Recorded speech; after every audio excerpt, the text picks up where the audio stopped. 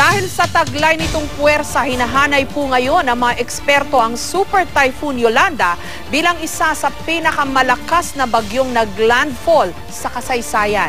Gaano nga ba katindi ang lakas ng bagyong ito? Alamin natin ang latest tungkol sa Super Typhoon Yolanda mula sa ating resident meteorologist Nathaniel Cruz. Mang Tani. Magandang gabi, Jessica. Muli ngang tumama sa kalupaan ang bagyong Yolanda at sa pagkakataong ito ay dyan sa may Busuanga sa Northern Palawan. Dahil dito nakataas pa rin ang storm signal number 4 dyan sa extreme Northern Palawan kasama ang Calamian Group of Islands, Southern Occidental Mindoro, Southern Oriental Mindoro, dyan sa Luzon at sa Visayas, Aklan, Capiz, Antique, Iloilo at Guimaras.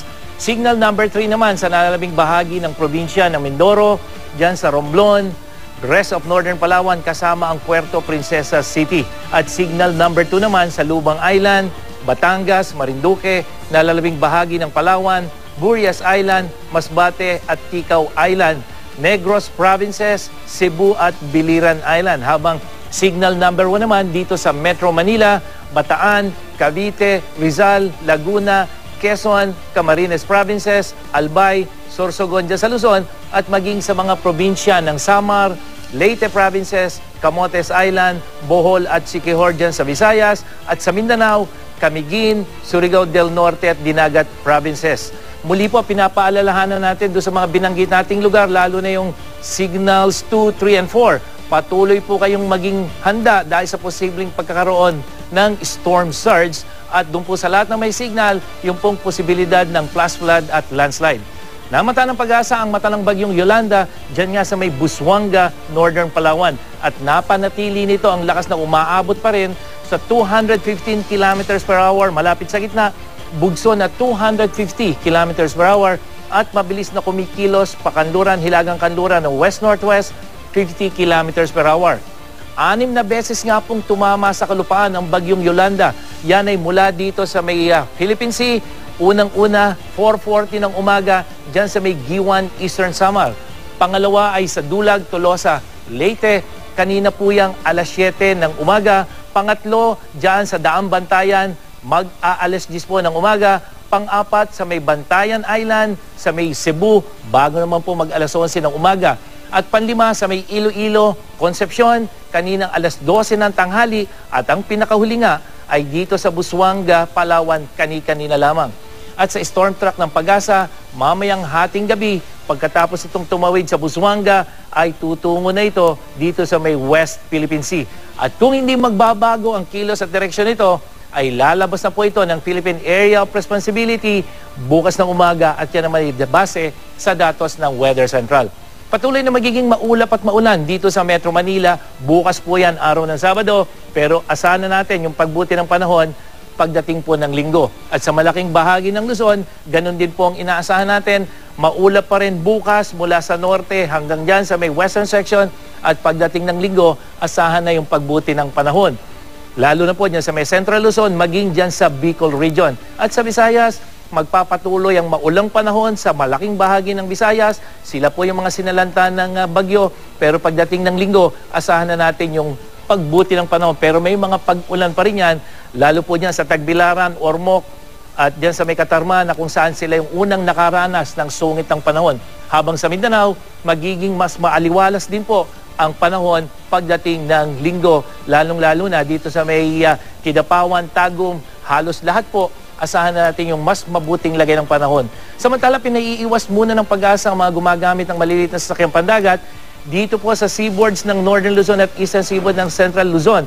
Unang-una po dahil kahit malayo yung bagyo dyan, malakas yung hanging amihan kaya malalakas na alon pa rin ang inaasahan dyan. Jessica? Mang Tani, ito hong 6th landfall nitong si Super Typhoon Yolanda dito sa Busuanga.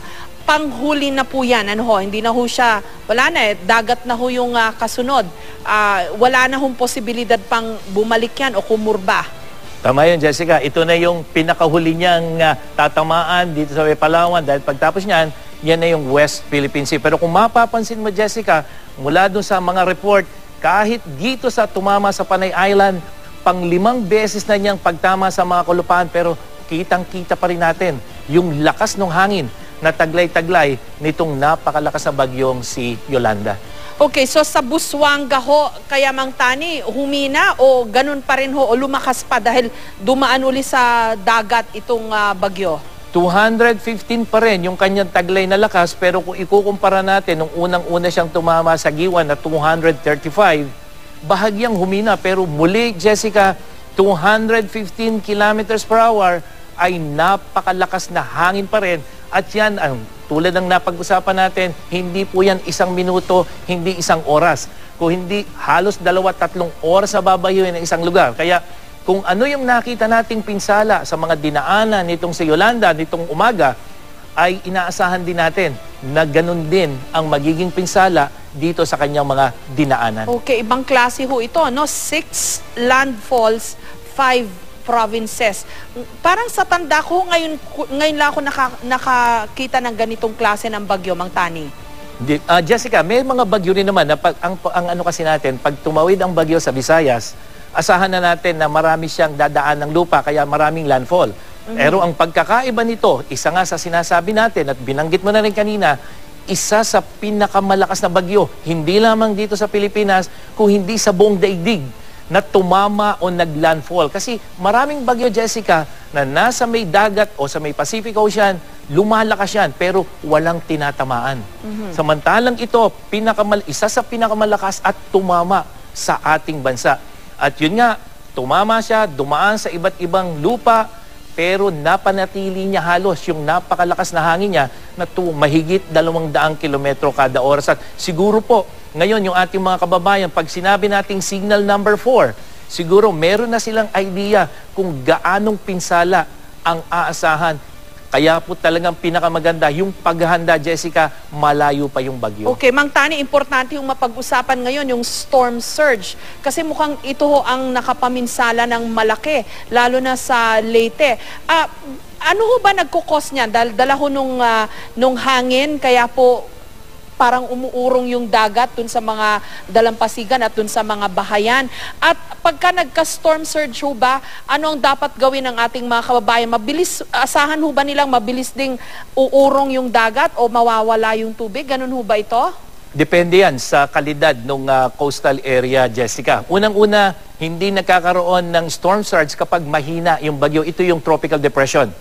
Pero kapag yan ay naging tropical storm, at typhoon, at ito ang pinag-uusapan natin, super typhoon, dyan tumataas yung posibilidad na magkaroon ka ng storm surge. Ano yung storm surge? Yung napakalakas na hangin na nanggagaling sa karagatan, itutulak niyan yung tubig na nasa dalampasigan papasok inland. At kung yan ay sasabayan pa ng high tide, Jessica, yung dating taas ng tubig, halimbawa, pagpalagay natin ay 1 metro lamang, pero dahil sa lakas ng hangin, yung 1 metro mo na pangkaraniwan ay hindi problema, magiging 5-6 na metro o kumisan, kung sa pie, yun ay 6 o mga 10 to 15 feet. So yung unti-unting pagtaas na hindi biglaan yan, Jessica, hindi katulad ng tsunami na talagang biglang darating. Ito ay unti-unti yung pagtaas. Kaya pwede nating maiwasan yan yung mga kababayan. Kasi nung araw, Jessica, hindi masyadong nagiging problema yung storm surge dahil bibihira pa yung mga nakatira diyan sa mga dalampasigan. Pero dahil sa pagdami ng tao, maging karamihan ng ating mga mangingisda doon na nakatira sa mga coastal area, kaya nagiging problema na rin yan, hindi lamang dito sa Visayas, kundi maging dito sa Luzon, lalong-lalo na kapag ang isang napakalakas na bagyo ay tatawid dito sa may coastal area. So, ang klasifikasyon niyan, lagi pong isipin natin, basta signal number 2 hanggang signal number 4, isa sa mga panganib na idudulot ng bagyo, hindi lamang yung hangin, hindi lamang yung ulan, hindi lamang landslide, kung hindi kasama na yung storm surge o yung pagtaas ng tubig dagat, sanhi ng malalakas na alon, malakas na hangin at yung low pressure area na dala-dala ng isang papalapit na bagyo. Maraming salamat po, Mang Tani. Nathaniel Cruz, GMA Resident Meteorologist. At para sa iba pang weather update, bumisita sa gmanews.tv o ang Facebook page ng GMA Weather. At yan ang latest mula sa GMA Weather. Ako po si Nathaniel Cruz para sa I Am Ready, serbisyong totoo ng GMA News.